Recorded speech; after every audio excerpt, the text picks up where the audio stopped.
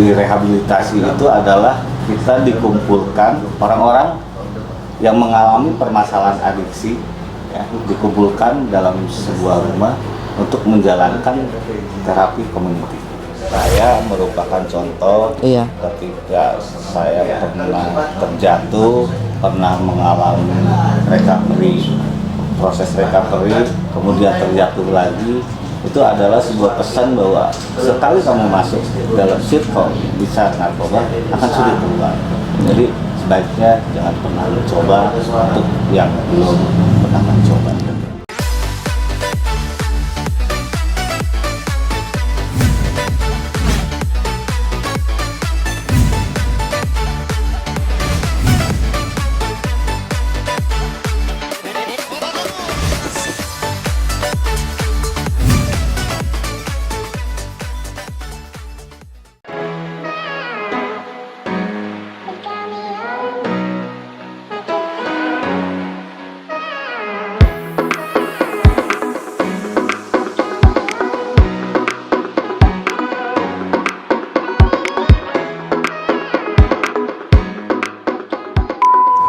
Assalamualaikum, halo Balad EDJ, Kumada Ramang.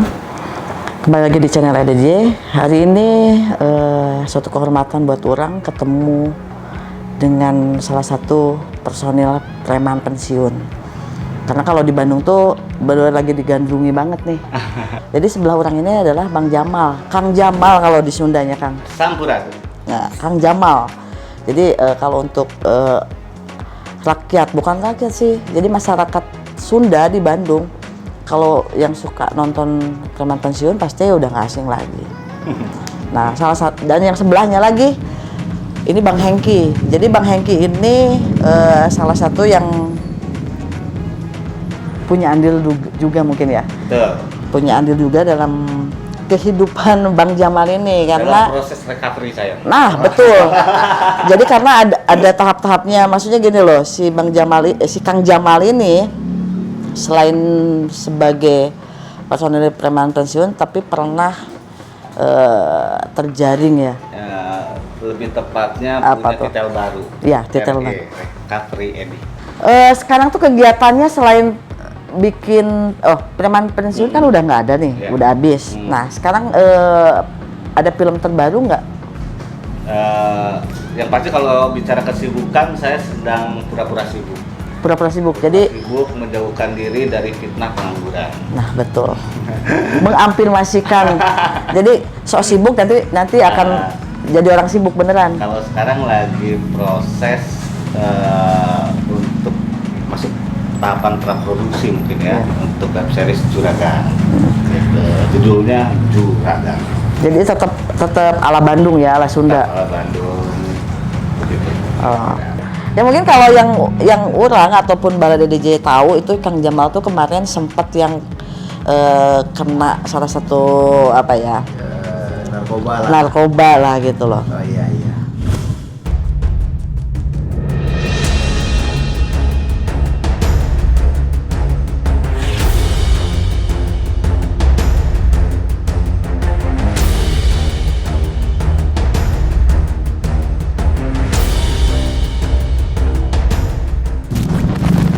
Beliau ini sebenarnya 2 kali ya, tapi yang jelas beliau ini dinyatakan bukan pengedar dan tidak terlibat pada jaringan. Beliau ini salah satu korban penyalahgunaan narkoba. Waktu ketangkap pertama itu di salah satu apartemen ya, di kota Bandung. Kebetulan saya dipercaya oleh Jamal sama keluarganya sebagai lawyer. Karena saya punya keyakinan beliau ini pengguna aktif dan sudah lama sekali, maka pada saat ditangkap ya kita perjuangkan untuk direhab. Iya. Nah, setelah di asesmen 2 kali di BNN, alhamdulillah dikabulkan. Dikabulkan direhab tanpa tersangka ya, tapi direhab. Tapi dia pengguna terbukti positif. Kita kirim ke Lido. Saya dikawal oleh beberapa polisi dari Polrestabes. Selama 6 bulan beliau ini direhab. Nah, setelah keluar direhab, tentu orang-orang yang pernah direhab ini butuh bimbingan, butuh perhatian, mungkin kurang waktu itu. Iya. Kena lagi. Kena yang kedua. Itu kenanya karena ketagihan atau karena nyoba-nyoba lagi nih? Lingkungan mungkin ya. Lingkungan yang perlu hati-hati ya. Akhirnya saya perjuangkan lagi karena mereka masih dalam tahapan pembinaan, masih dalam perhatian yang penuh kan. Kita coba lagi untuk direhab, dikabulkan. Ya mungkin tahapan-tahapan apa yang terjadi waktu dia direhab, apa saja ilmu yang didapatkan. Nah, silakan tanya ke beliau mungkin itu. Nah itu yang jadi penasaran orang karena kok bisa terselamatkan ya dari tersangka atau dari apa sih dengan kata lain pengedar bang, karena kan kalau di gosipnya itu pengedar kan waktu itu. Ya kalau gosip berkembang mungkin ya. Iya. Tapi kan nanti ada pembuktian. Iya betul. Ya ada pembuktian dari pihak kepolisian, terus dari asesmen beliau ini terbukti memang korban penyalahgunaan. Kalau pengedar ya wassalam dia. Iya betul. Gitu. Nah, Kang Jamal ketemu Bang Hengki di mana? Sampai akhirnya apa sih mempercayakan Bang Hengki ini untuk apa sih memegang kasus Kang Jamal? Kebetulan Bang Hengki adalah salah satu lawyer advokat gaul. Oh. Jadi kita ketemu lah. Kan. Di tongkrongan? Di tongkrongan, Asik. nongkrong. Ya, kebetulannya Bang Hengki berasal dari daerah yang notabene almarhum bapak saya, ibu saya asli sana juga. Oh berarti Kang Jamal tuh sebenarnya mah aslinya bukan Bandung banget? Saya lahir di Bandung. Lahirnya aja, Lahir di numpang Bandung. lahir? Nggak numpang lahir sih, jadi kalau tempat kelahiran ya berarti domisilinya. Domisili? Daerah seberangnya begitu ya. Iya, kira-kira. Indo ya? Indo, Indonesia. Indonesia.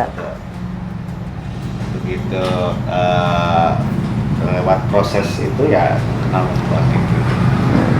Dan alhamdulillah beliau membantu tanpa baik secara moral bahkan material juga. Jadi suatu keberuntungan ya ketemu Ya. dengan Bang Hengki ini. Jadi termasuk penyelamat juga. Ya. Gitu. Nah, Ya, apapun ceritanya kan masih fenomena yang istilahnya fenomena narkoba itu kan masih ada sudut pandang yang kurang sinkron juga. Iya. Antara kalau undang-undangnya ya Bang ya bicara wajib direhabilitasi. Iya. Tapi praktik di lapangan kan tetap ada proses-proses yang berbeda gitu. Iya. Ada yang lewat jalur persidangan, ada yang by asesmen hukum medis langsung ke tempat rehabilitasi. Iya. Kan selalu tetap ada perbedaan. Ya mungkin gimana yang menangani mungkin ya. Gimana dan siapa yang menangani. Kalau misalkan dia lebih lincah dan lebih tahu jalurnya mungkin ya seperti Kang Jamal ini bisa terselamatkan gitu kan. Sebenarnya begini, dalam proses penanganan perbuatan melawan hukum terhadap narkoba, di undang-undang itu sudah diatur apakah dia ini korban, apakah dia ini pengedar atau terlibat jaringan. Itu ada proses pembuktian dan ada asesmen juga. Nah, asesmen ini sangat menentukan apakah beliau ini benar-benar korban, bisa direhab atau tidak. Jadi dari BNN nantinya. Asesmen ini sangat profesional ya, tidak baik asesmen medis maupun asesmen hukum, dan nanti ada psikologinya, ada ahli hukumnya. Nah di situ akan dipertimbangkan. Oh gitu. Akan dipertimbangkan. Terus ini kalau Kang Jamal nih gimana sih rasanya udah 2 kali keluar masuk Hotel Jadi, Prodeo? ada yang harus diluruskan. Sebentar, Ada yang aku harus- mau ya. ngomong-ngomong. Saya ada tamu nih. Oke. Silakan lanjut, nggak apa-apa. Karena ini kalau membahas tentang dia direhab, saya tidak tahu ilmunya tuh. Silakan bertanya ke beliau. Jadi kalau ada DJ Ini mohon maaf, si Bang Hengki ini akhirnya bukan menyerah ya, tapi mungkin lebih penjelasannya lebih ke yang bersangkutan. Jadi karena Bang Hengki lagi sibuk, banyak tamu juga.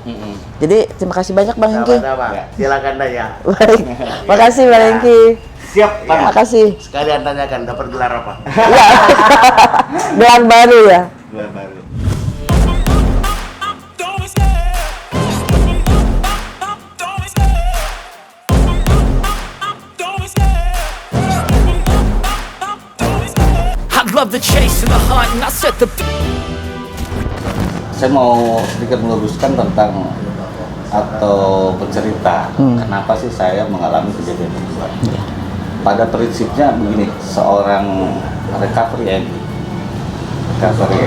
memang apa ya, susah kita bilang kalau setelah melalui proses recovery, rehabilitasi tidak kembali pada zona itu, pada circle itu. Sangat mungkin mengalami kejadian seperti itu karena banyak faktor pemicunya. Iya. Tapi apapun yang ingin saya sampaikan bahwa badan negara dalam hal ini BNN terus melakukan developmentnya, dan saya melihat karena mengalami juga proses rehabilitasi itu banyak korban-korban penyalahgunaan yang kemudian dikaryakan menjadi konselor adiksi dan sebagainya oleh pihak BNN. Tapi kan seperti kita ketahui bahwa kalau Bapak Presiden kita menyatakan Indonesia darurat narkoba, berarti korban penyalahgunaan narkoba itu sangat luar biasa juga. Iya, betul. Dan apa kabar korban-korban yang lain? Iya. Gitu.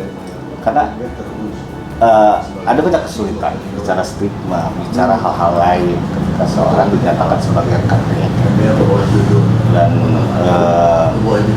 pasti yang paling benar adalah ketika ada keluarga atau mengalami permasalahan seperti saya alami, coba konsultasikan dengan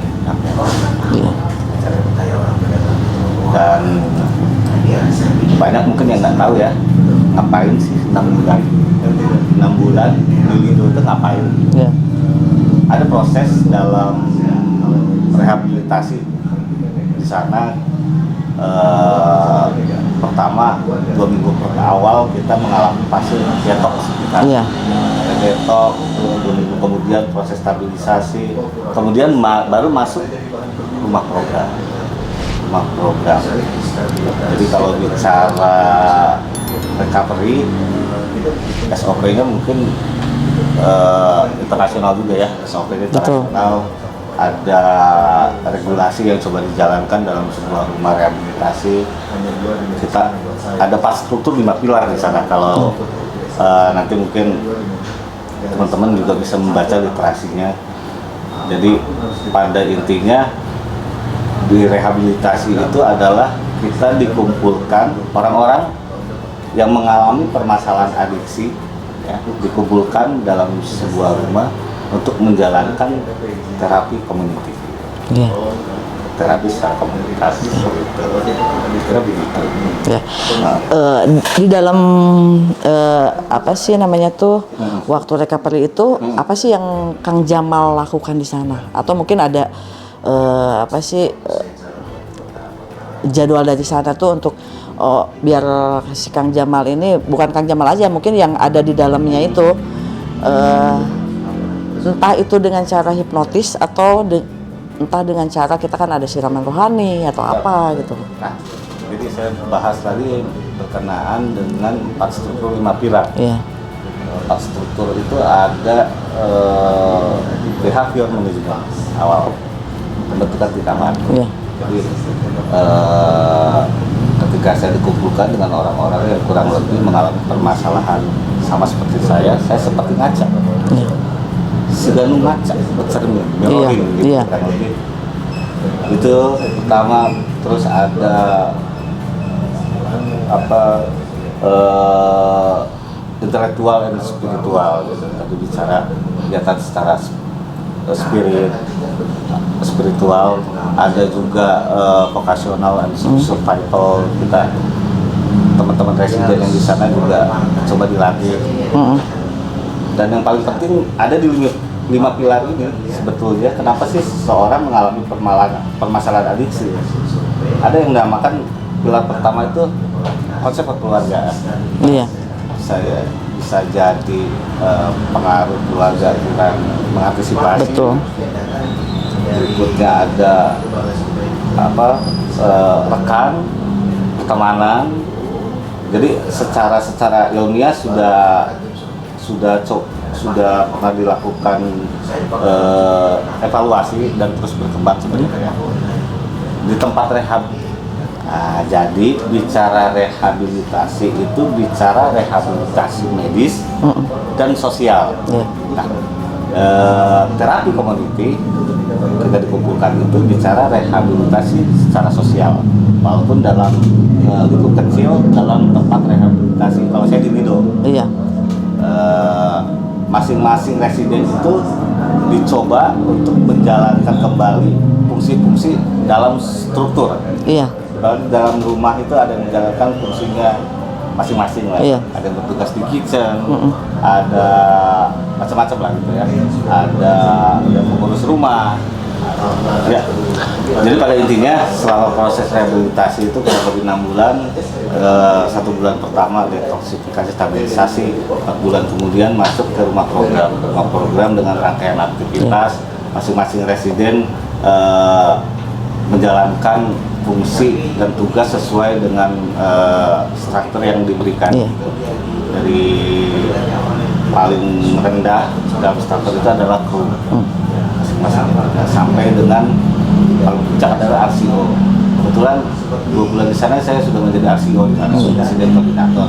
Saya mengurus kurang lebih 60 rekan residen lainnya yang berada di rumah itu.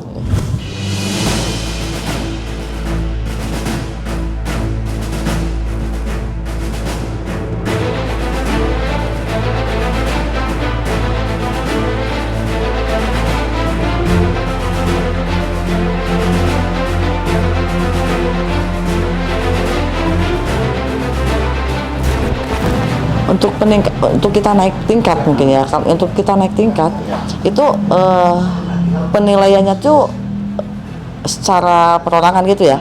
Itu harus seperti apa? Terus apa sih yang mereka nilai gitu? Jadi pertama by progress dan kurang lebih apa ya, metode pemilihan langsung mungkin ya. Selain juga ada major on duty dari pihak BNN yang bertugas di rumah itu memantau, mengevaluasi secara medis, terus dilakukan treatment juga secara sosial ya lewat program TC itu, terapi community itu. Dan berkelakuan baik juga mungkin ya. Ya kurang lebih seperti Kurang itu. lebih. Ya memang apa ya, banyak hal pengalaman yang didapat ketika saya mendapatkan proses recovery melalui BNN, dan saya pikir BNN sudah melakukan hal dan terus berupaya melakukan development secara maksimal gitu. Karena tidak mudah juga. Betul. Tidak mudah ketika bicara tentang narkotika. Iya. Apalagi kalau kita lihat penyebarannya di daerah-daerah itu tumbuh besar kampung-kampung narkoba. Iya. Gitu kan. Ya faktor pemicunya nggak lain ekonomi lah mungkin. Itu kayak virus juga ya. Sangat. Dan yang pasti ketika bahasa undang-undang bicara korban penyalahgunaan narkoba, nanti oleh karena itu negara juga berusaha maksimal merecovery korban itu gitu kan. Dan kewajiban negara merecovery korban karena klien, kurang lebih seperti itu. Dan yang pasti harapan ke depan sih mudah-mudahan semakin banyak pihak yang lebih aware ya, aware mengenai permasalahan seorang recovery. Betul. Gitu. Karena banyak rambu-rambu sebetulnya ketika bicara recovery itu yang harusnya di treatment oleh anggaplah pihak polisian dan yang lain-lain. Saya ambil contoh begini, ketika seorang recovery addict sebetulnya harus ditanyakan ketika misalnya bisa diekspos nggak atau enggak. Iya, betul. Dan notabene kan enggak kalau di kita kalau setelah melalui proses rehabilitasi seharusnya tidak boleh diekspos ketika mengalami kejatuhan kedua kali gitu. Tidak boleh diekspos. Kecuali untuk pihak-pihak yang memang belum mengalami proses recovery. Nah, hal-hal seperti itu kan belum banyak istilahnya tidak paham dan tahu. Nah, saya kira seperti itu. Ya mungkin kalau buat balad DJ yang ada di rumah nih ya Kang Jamal, kita ini kita wawancara seperti ini atau ngobrol-ngobrol ini bukan berarti kita ngasih contoh yang nggak baik, tapi justru kita memberikan informasi kalau misalkan ternyata kalau misalkan kita menggunakan narkoba itu seperti ini resikonya, dan kalaupun misalkan tidak direhab juga nantinya akan seperti apa. Nah itu cuma info aja. Jadi si Kang Jamal ini memberikan info untuk Balada EDJ yang dimanapun berada lah, biar lebih paham. Karena menggunakan narkoba itu kalau misalkan salah ataupun, jadi gini loh, sebenarnya kalau misalkan kita terjerumus ke narkoba itu, kita tuh ada beberapa efek, bukan efek ya. Jadi kayak kita tuh udah latar belakang kita seperti apa, bisa dari lingkungan, dari keluarga, dan juga dari kita sendiri. Kalau misalkan mungkin kalau Kang Jamal entah dari keluarga, mungkin keluarganya kurang merangkul Kang Jamal, atau lingkungan yang membuat si Kang Jamal ini terjerumus ke narkoba. Jadi terima kasih banyak Kang Jamal, bukan berarti saya pengen ngungkit apa tentang narkoba, tapi ini sekedar informasi ya Kang ya. Betul, karena pun saya tidak keberatan sebenarnya ketika setelah saya cerita sedikit, ketika setelah kejadian kedua akhirnya saya rawat jalan ke BNN. Pihak BNN pun menanyakan Kang Jamal ada masalah nggak kalau akan datang ke sini, banyak yang melihat atau nggak masalah bagi saya. Justru saya kalau memungkinkan saya bercerita tentang pengalaman yang saya pernah alami, toh juga saya yakin bahwa rekan-rekan Balada EDJ di sana belum banyak yang tahu ketika misalnya ada keluarga, temannya yang mengalami permasalahan seperti saya, kemana sih jalurnya yang paling betul? Iya betul. Saran saya segera koordinasi, konsultasi ke pihak BNK atau BNP maupun BNN. Iya. Karena kan sebenarnya kita tuh nggak mau seperti itu ya. Tapi kadang-kadang kan mungkin lebih banyak ke, apalagi mungkin si Kang Jamal ini kemarin-kemarin dia disibukkan dengan syuting film atau apa, kan itu mungkin bisa dijadikan kayak doping gitu ya Kang ya. Nah tapi tapi jangan ditiru lah gitu. Cuman itu mah mungkin karena kehilapan Kang Jamal aja. Yang pasti saya merupakan contoh ketika saya pernah terjatuh, pernah mengalami proses recovery, kemudian terjatuh lagi. Itu adalah sebuah pesan bahwa sekali kamu masuk dalam circle bisa narkoba akan sulit keluar. Jadi sebaiknya jangan pernah mencoba untuk yang belum pernah mencoba. Iya. Nah buat Balada EDJ nih ya Kang, kan kalau yang Akang tadi ceritakan, kalau misalkan negara itu kan udah bener-bener kayak memprogram ataupun ngasih satu wadah untuk biar si pengguna narkoba ini untuk bisa lebih baik lagi ya. Nah, jadi tinggal ke lingkungan kita dan orang tua kita di rumah yang misalkan punya anak yang narkoba, setidaknya kita memberikan kasih sayang lebih. Kita merangkul, mempertanyakan kenapa sih harus seperti itu. Jadi jangan, kalau zaman sekarang kan pastinya kayak dijudge gitu, kayak diasingkan atau kayak semacam ya udah deh, lu keluar aja dari rumah. Pokoknya banyak hal gitu loh. Nah untuk Balada EDJ nih Kang, apa sih saran yang lebih spesifiknya ya? Jadi untuk biar kita tuh, kalau tadi kan secara global, secara umum, nah ini yang lebih spesifiknya biar si Balada EDJ ini lebih paham lagi atas kejadian yang Kang Jamal kemarin. Yang pasti yang belum pernah mencoba jangan pernah mencoba, dan saya ingin juga istilahnya untuk rekan-rekan di sana ya sebagai recovery addict juga, ini penting. Iya. Memang sulit, tidak mudah menjalankan aktivitas kehidupan setelah ada stigma itu menempel di kita, tetapi kita harus terus melangkah gitu. Kita terus melangkah, berkarya ataupun berprofesi yang bisa istilahnya berguna untuk masyarakat. Tetap harus moving, harus tetap melangkah, jangan sampai istilahnya pesimis. Karena saya bercerita begini untuk saya pun sulit, apalagi rekan-rekan lainnya, yang mungkin saya agak sedikit beruntung punya strata pendidikan yang lebih punya sokong keluarga yang secara finansial juga Baik. agak lumayan. Apa kabar dengan recovery edit juga yang notabene pasti daerah yang di kampung narkoba itu secara ekonomi miskin. Betul. Gitu. Apa kabar? Dan ini perlu istilahnya uluran tangan semua pihak, karena masalah narkoba bukan hanya masalah saya, Betul. masalah kita semua gitu, masalah kita semua. Dan istilahnya perlu banyak juga organisasi yang muncul yang istilahnya bisa satu framing berpikir dengan apa yang dilakukan oleh negara melalui BNN-nya.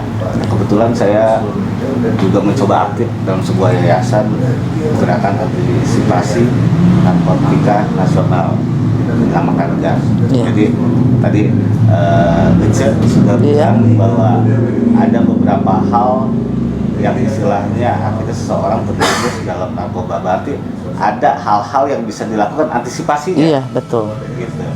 Baik dari keluarga, teman sebaya, atau pemahaman lebih dalam mengenai kegiatan spiritual, rohani dan sebagainya, itu yang bisa dilakukan.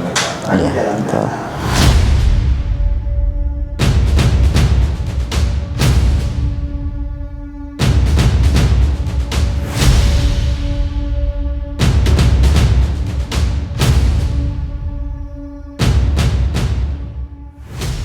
Nah, sekarang kan setelah rehab nih Kang, kan pasti ada kegiatan baru.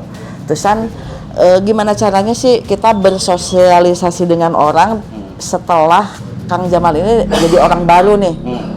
Karena kan mungkin yang awalnya ya namanya orang tuh gampang ngejudge orang, jadi gampang ya itu orang itu bekas anu kan itu lebih gampang.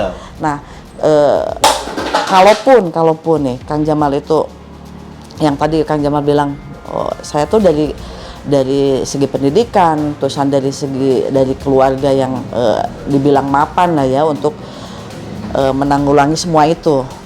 Nah, Kang Jamal kan sekarang itu berbeda dengan Kang Jamal yang kemarin. Nah, kehidupan sekarang yang Kang Jamal yang baru, apa sih yang dilakukan untuk lebih berguna lagi, untuk lebih bisa menghilangkan kebiasaan seperti itu? Karena kan tidak mungkin kita pernah minum, misalkan gini aja deh, contohnya kita perokok. Seorang perokok itu tidak akan bisa lepas karena udah kebiasaan. Ya contohnya saya aja deh, saya kan perokok nih.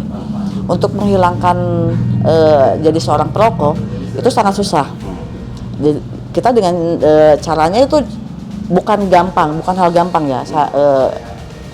Misalkan entah itu katanya harus makan permen atau apa gitu. Tapi yang jelas Kang Jamal jelaskan ke Balad EDJ setelah ya sekarang kehidupan baru Kang Jamal itu seperti apa?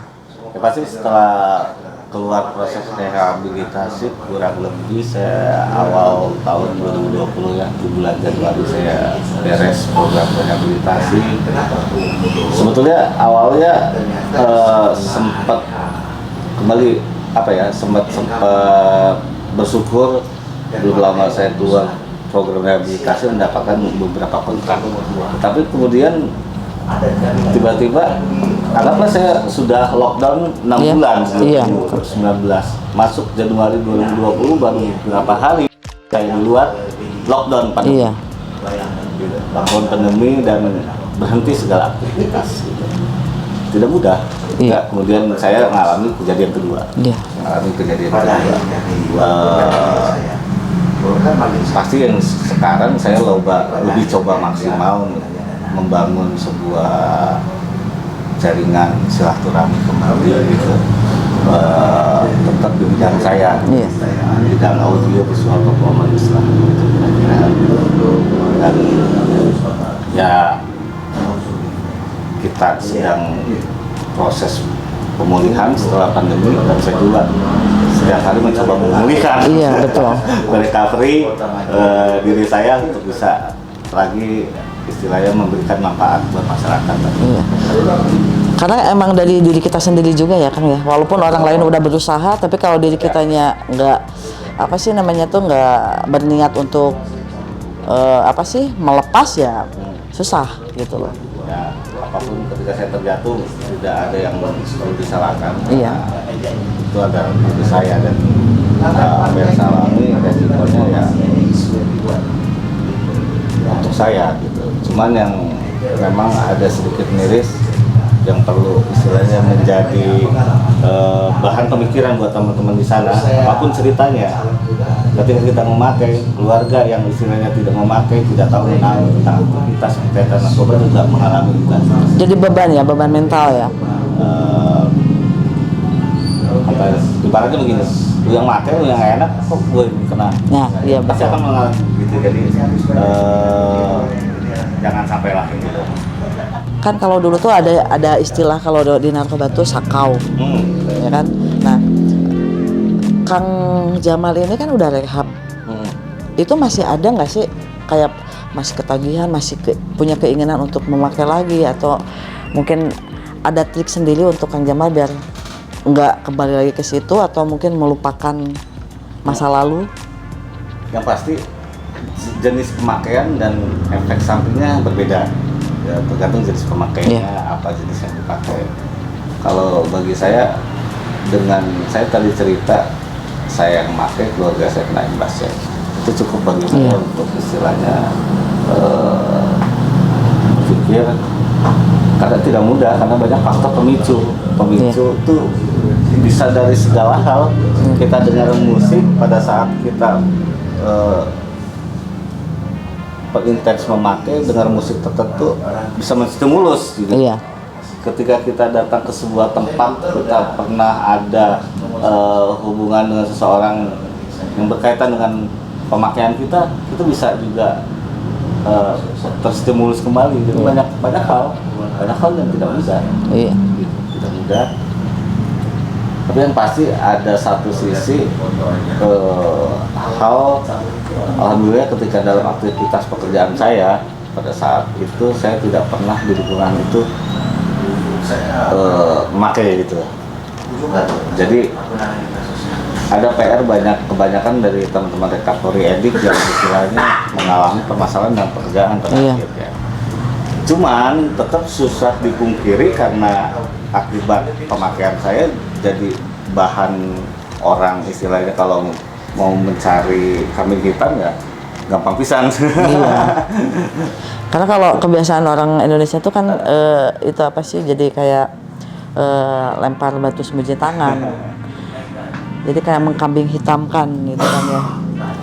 Nah, Bang, terlepas dari kitab kemarin tuh konsumsi narkoba ya. Nah, setelah recovery ini di badan Abang di badan Akang tuh ada kan yang lebih loyo, terusan sakit-sakitan, atau mungkin lebih sekarang saya lebih sehat nih gitu. Pasti ya bobot badan kan bertambah. Iya. Juga secara fisik juga lebih meningkat daya tahannya. Ya udah kan, terima kasih banyak nih. Jadi pelajaran juga buat orang dan juga bala DJ di rumah. Jadi kita harus waspada. Jadi kita harus tetap kita tidak harus milih-milih teman, tapi kalau niatan kita tidak mau terjerumus, ya pasti kita akan kuat, ya kan Kang? Gimana keimanan kita juga, dan gimana pergaulan kita. Nah, kita dapat contoh terbaik ya mungkin salah satunya orang yang pernah direhab, dan kebetulan orang ketemu langsung di sini. Itu suatu keberuntungan buat orang, karena orang dapat ilmu, dapat pelajaran, informasi, dan orang bagikan ke Balad EDJ juga ya. Jadi terima kasih banyak Kang Jamal udah menyempatkan waktunya untuk untuk berbagi informasi ke Balad EDJ. Jadi semoga Kang Jamal makin kuat. Amin. Semoga tidak pernah lagi pengen ya pokoknya harus kuat aja, harus kuat iman, harus kuat semuanya. Karena kan dengan aktivitas Kang Jamal di dunia entertainment tuh sangat gampang sekali untuk kena, ataupun mungkin amit-amit jangan sampai lagi. Semoga Kang Jamal makin sukses, sehat, dan cepat lebih pulih lagi, dan bisa menciptakan karya-karya yang lebih bisa membuat nama Kang Jamal naik lagi, dan di situ pembuktian seseorang dari seorang narkoba, pengguna narkoba setelah rehab, dan dia membuktikan bahwa dirinya udah bebas dari narkoba. Terima kasih banyak Kang Jamal. Jangan lupa like, comment, dan subscribe di channel EDJ Nopion biar kalian tahu postingan-postingan orang berikutnya. Terima kasih. Wassalamualaikum.